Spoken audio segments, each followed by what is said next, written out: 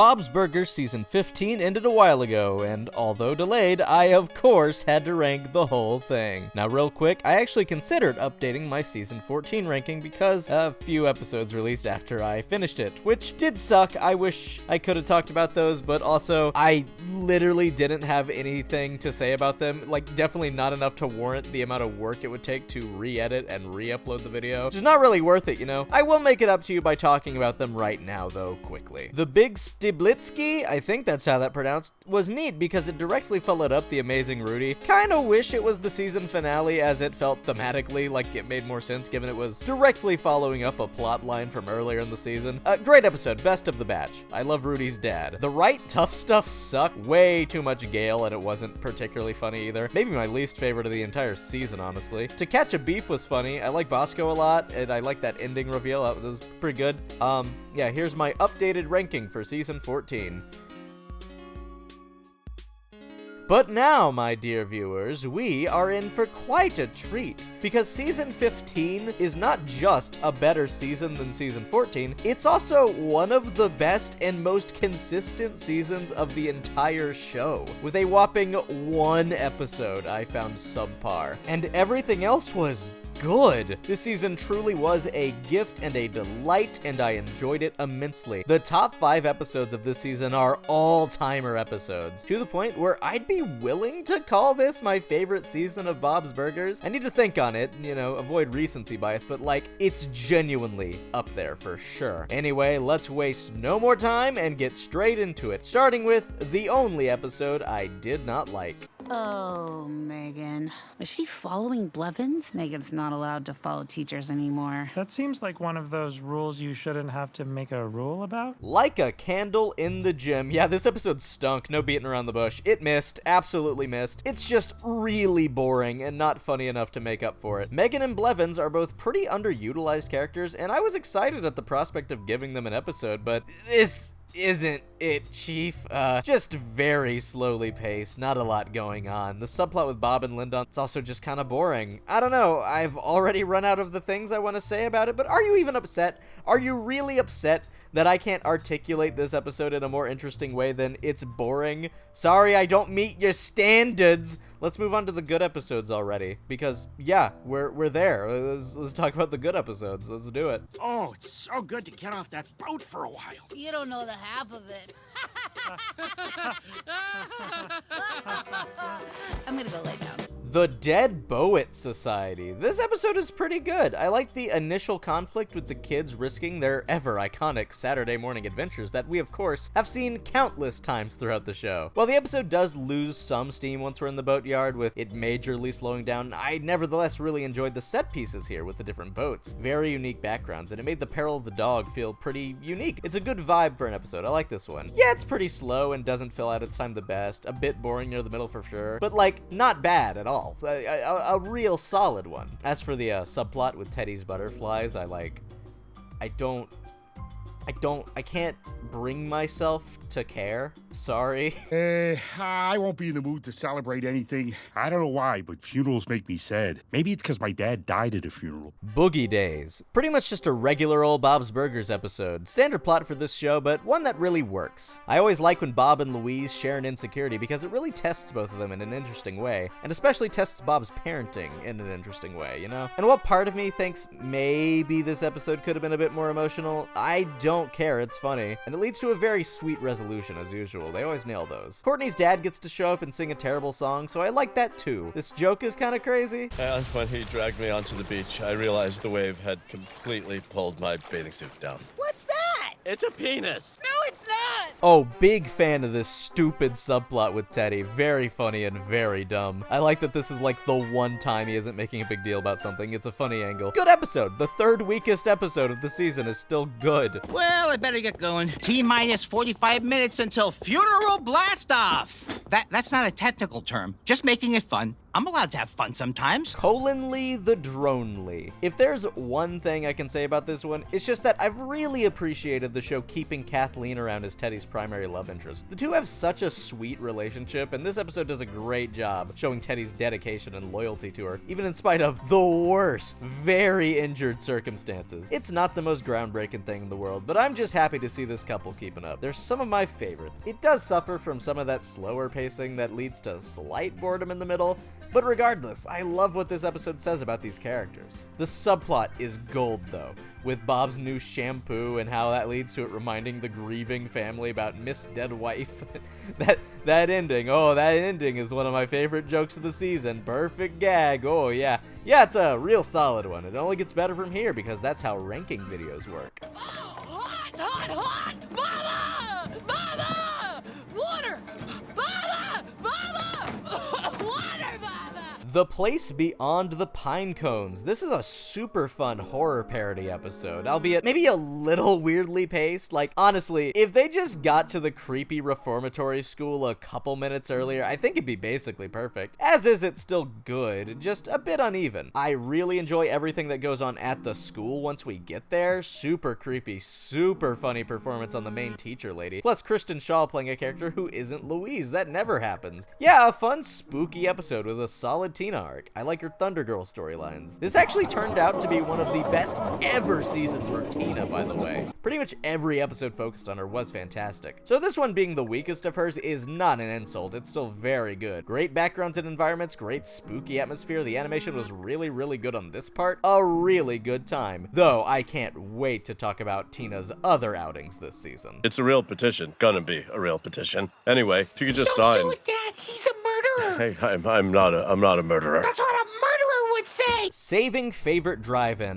This one kind of stings. Not because it's bad. Far from it. It's actually a really solid episode with a lot of great moments. But yeah, see, that's the thing. Great moments that don't quite come together well enough for this to be a true top tier episode. It really does have all the ingredients too. I love movie theaters. I worked at Cinemark. Did you know that? And a drive-in theater is a great place for an episode to take place. Flashbacks of Bob's past? Absolutely. Yes, love this stuff with his first ever girlfriend. They have very cute chemistry. I love the ending reveal that the owner of the theater is totally willing to sell and retire. I love pretty much every individual idea here, but it's kind of just not cohesive enough. It lacks a strong vision, and so much of the episode is devoted to Bob trying to change the sign that it's like, don't we have split this half in flashbacks and half in Bob campaigning to save the drive-in? I feel like this had the potential to be the best of the season. Again, all the pieces are there. They just don't quite come together for me. It's a good episode. I really wish it was more than that, though. First of all, like I said to Rudy, no talking. Second, what are you spinning? Should I shimmy? Why can't did you have spin to into the say, shot. like I said to Rudy? I don't understand. I like your choices, Gene. Thank you.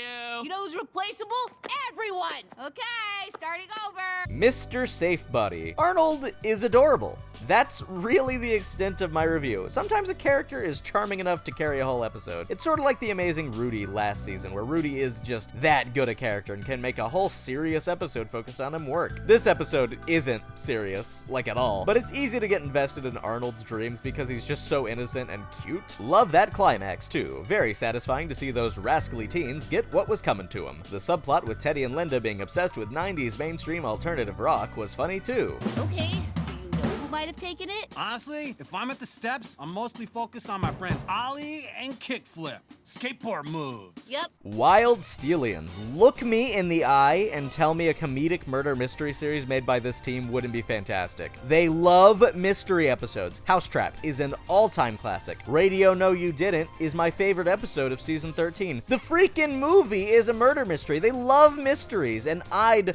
love for them to take it further in a show that wasn't also a sitcom. Anyway, this episode is really fun. I felt really dumb for not knowing who the blackmailer was, but then it turned out to be a new character anyway, so whatever. I did ultimately like the reveal, even if I wish maybe it was built up a little better, and maybe it tied a bit better thematically to Tina's struggle. Like it did, but it didn't feel all too natural. Still a good one though. Big fan of Troy Roberts, the standout character of the season for sure. All our pictures and also a lot of hours of putting receipts into a program that our accountant told us to get. Not backed up? Not backed up. Lies! sorry. Snackface. This one is just very fun and classic. Feels plucked straight from the golden era of the show. It's just a really fun crime parody episode with the kids selling an addictive, sour snack to students in the school and trying not to get caught. Doing a kid version of a drug dealer storyline is right up this show's alley. So that's all really fun. I love the expressions and voice acting whenever they eat their nasty snacks too.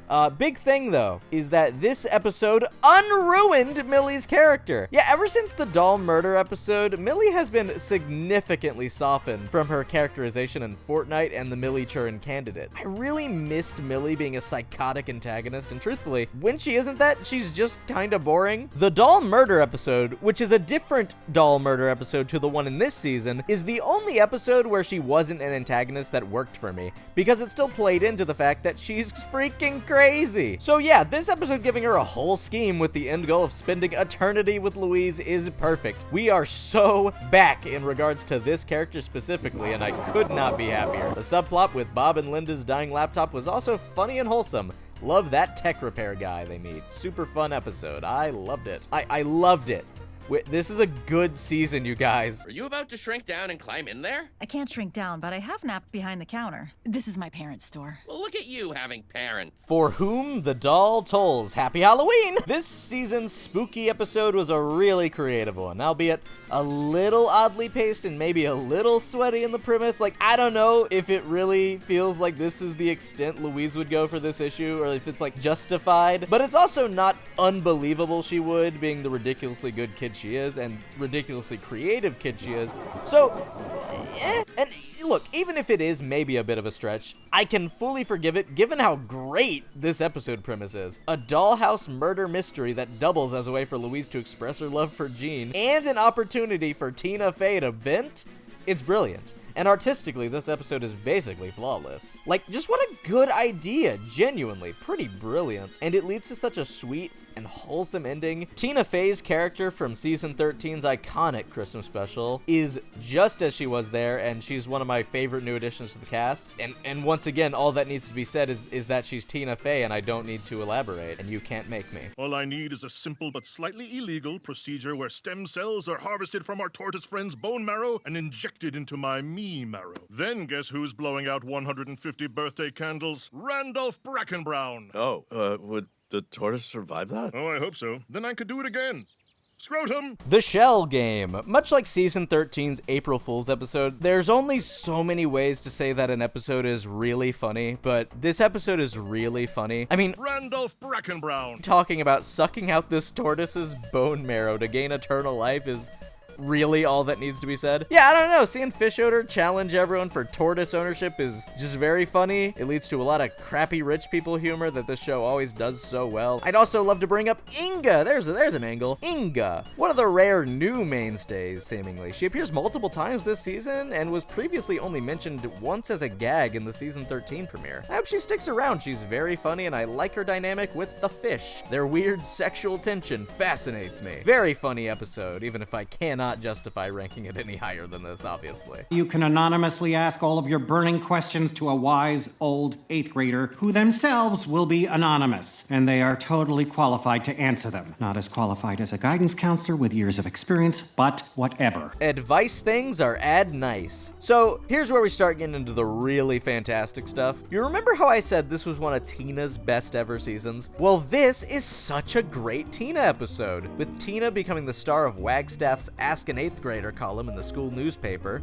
something she's naturally very excited about. After nobody responds, Linda and Louise end up submitting all the questions as Miss Am I Normal, creating this perfect, relatable person for Tina to give advice to. It's both very sweet on their part and very short-sighted. Just a pretty great idea for a conflict overall. I think as the show has gone on, Tina has become my favorite of the Belcher kids, and it feels good to see the show continuously use her so right and get her character so perfect. She feels like the best version of herself we've ever seen, and again, she stole the show this entire season. We'll get more into that a little later. Tammy's antagonism is fun here as well. Teddy's subplot with the Pioneers was pretty funny too, that ending is good. Yeah, a really solid time. Oh, turkey baster. Dad, this is no time to talk about your beloved turkey basting. Get your head out of your ass. Dog Christmas Day afternoon, the latest in the line of Bob's Burgers Christmas specials, is one of their better outings. Very fun and cute. I love this little pupper. Look at him. Oh my gosh. The kids getting super attached to this doggo is very accurate to how kids really act, and it ultimately ties together so well, with Louise making the right decision in the end. She always makes the right decision in the end. Thoroughly wholesome and entertaining,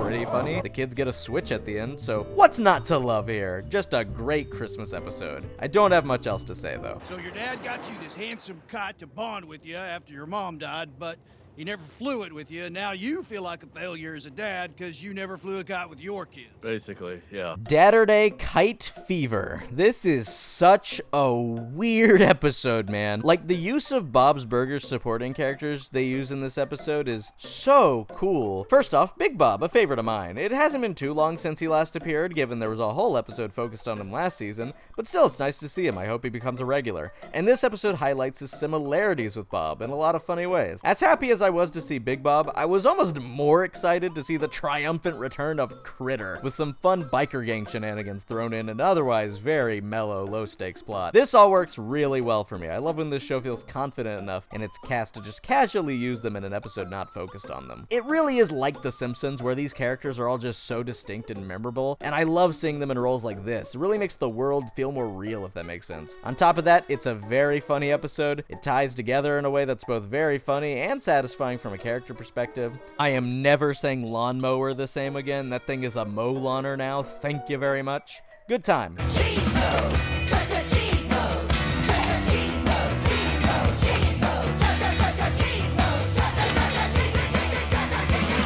Don't Stop Be-cheesin. This is a great premise, with the school-wide game adding a fun, lighthearted intensity to the whole episode. Like crap, I hope Tina doesn't get out. It all builds up to this really stellar climax, and utilizes a lot of the school characters, new and old. I love that our classic school side peeps like Henry Haber and Susmita can now exist with Will and Chelsea and Sam. I like seeing new additions stick around as mainstays. Sam especially is one of my favorite additions to the recurring cast in ages. He's very charming. And also might be the best option for Tina's love interest right now.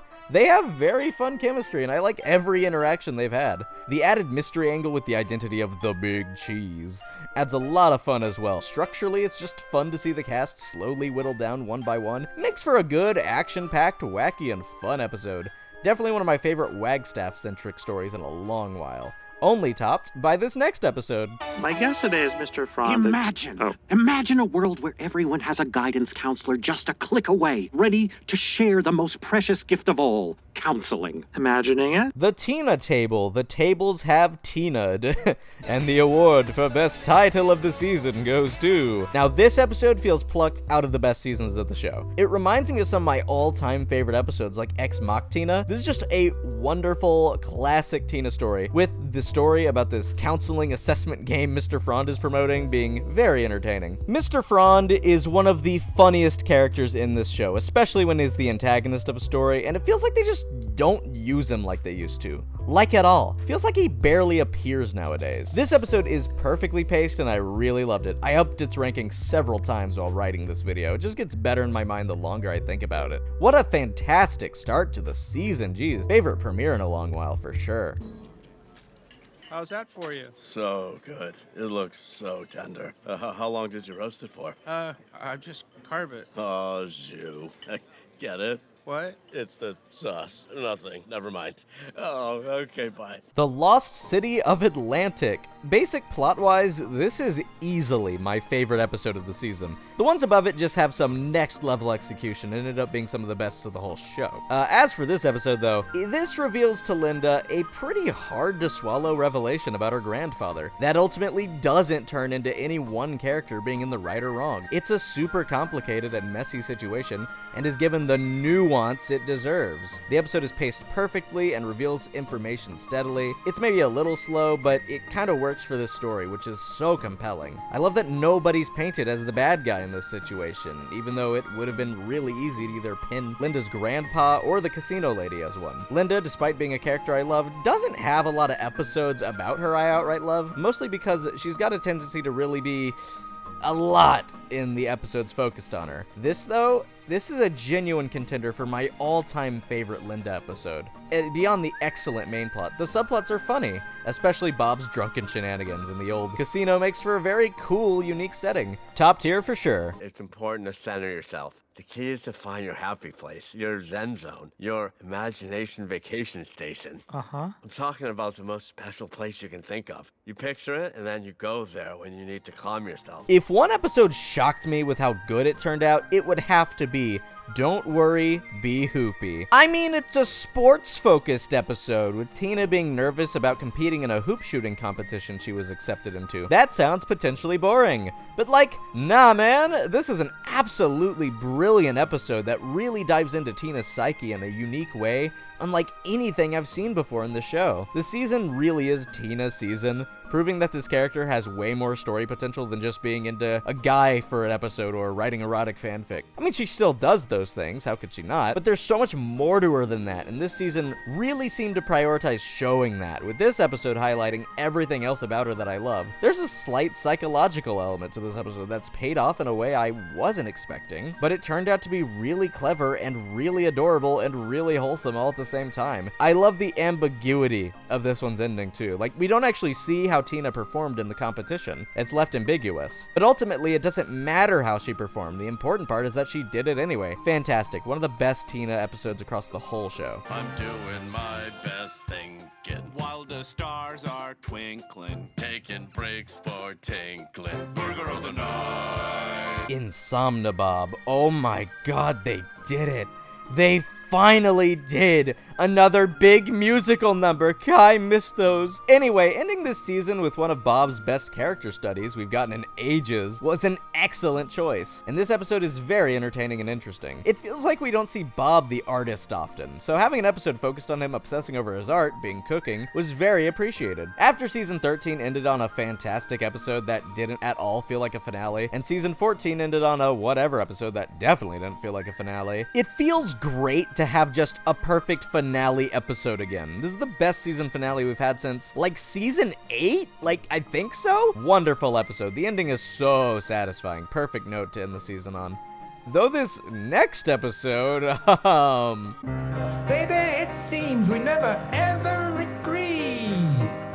I like the movies, and I like TV. Hope and Mike Night. This episode, honestly, could have been a satisfying series finale. I actually canceled a video all about what a perfect Bob series finale could look like, where I looked at some of the best examples of potential ending episodes throughout the show's run. And again, being so real here, this is one of the best contenders. It focuses on a restaurant struggle premise, which is the heart of the show. The family all have fun and satisfying roles. It utilizes the entire supporting cast and gives all the most iconic characters these very big moments through the open mic night. Teddy and Mort's song filled me with joy. Fischoeder's song was great and very well animated, and Marshmallow singing Seabird, one of my favorite songs in real life, was a very nice moment. Nice to finally see her get a bigger role in an episode for once too. That ending is just a perfect, silly note to end on too. What a fantastic episode. I guarantee this was meant to be the season 14 finale and was held until this season for whatever reason. Regardless, one of the best episodes of the entire show, and the new baseline for what the actual series finale should look like when we actually get there, which we will one day. He says it will be vivace con coraggio, which means lively with courage. Vivace is understood to be around 150 beats per minute, but con coraggio suggests a tempo of at least 170 beats per minute. Don't you agree? Totally. Mr. Fischoeder's Opus. This is my all-time favorite Fischoeder episode. Most of his episodes are very comedic, and while they'll sprinkle in a nice sincere moment with him, mostly through his affection for Bob, he's a very comedy-first character, and that works for him. I love this wacky rich man. But it makes this episode, where he's so earnestly pursuing something he's passionate about, work so well and be so compelling as a result. He wants to play this song his way so badly, and there's so many great moments where we see him passionate, with some really expressive animation. I love the moment in his secret maze cabin where he's passionately ranting about why he believes the song was meant to be played at his faster tempo, as well as that ending, which is probably my favorite ending of the season, though the number one pick also has a really strong contender in that regard. The hair toss, man, that's when I knew this was an all-timer, and it's capped by such a joyous final shot. Phenomenal episode. Honestly, this was a strong contender for my favorite of the season, but ultimately, it was topped by...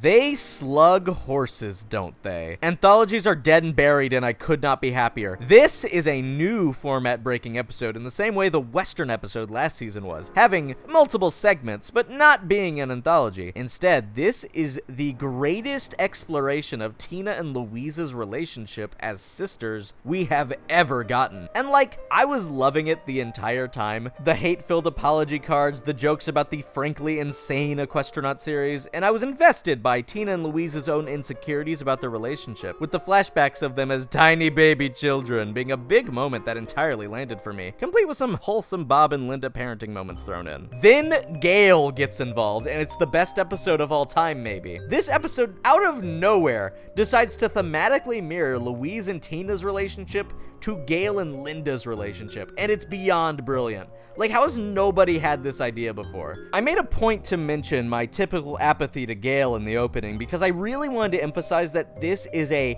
super compelling use for her. And on top of working for the emotional story being told here, this has some of her best jokes. The car, Bob, not the bug. Anyway, Gale ultimately ends up being the secret hero to solve the conflict between Louise and Tina in a very natural and satisfying way, leading to a flawless ending. One of the best scenes in the entire show. I really can't decide if I like the ending of this or Mr. Fischoeder's Opus more, though. Both are very, very good. Every single thing that makes this show so special is captured flawlessly in this one episode, and it's genuinely one of the best of the entire show. I love it so dearly. I love this show so dearly. Season 15 is one of the best seasons of the show. The show has not fallen in quality in the slightest. It only gets better. What is this? If you made it to the end, I'd like to once again thank you for sticking with me during this long hiatus. And while I genuinely hate constant subscriber begging, I would like to say, hey, we're really close to 1K. Look at that. That'd be cool if we could hit that by the end of the year.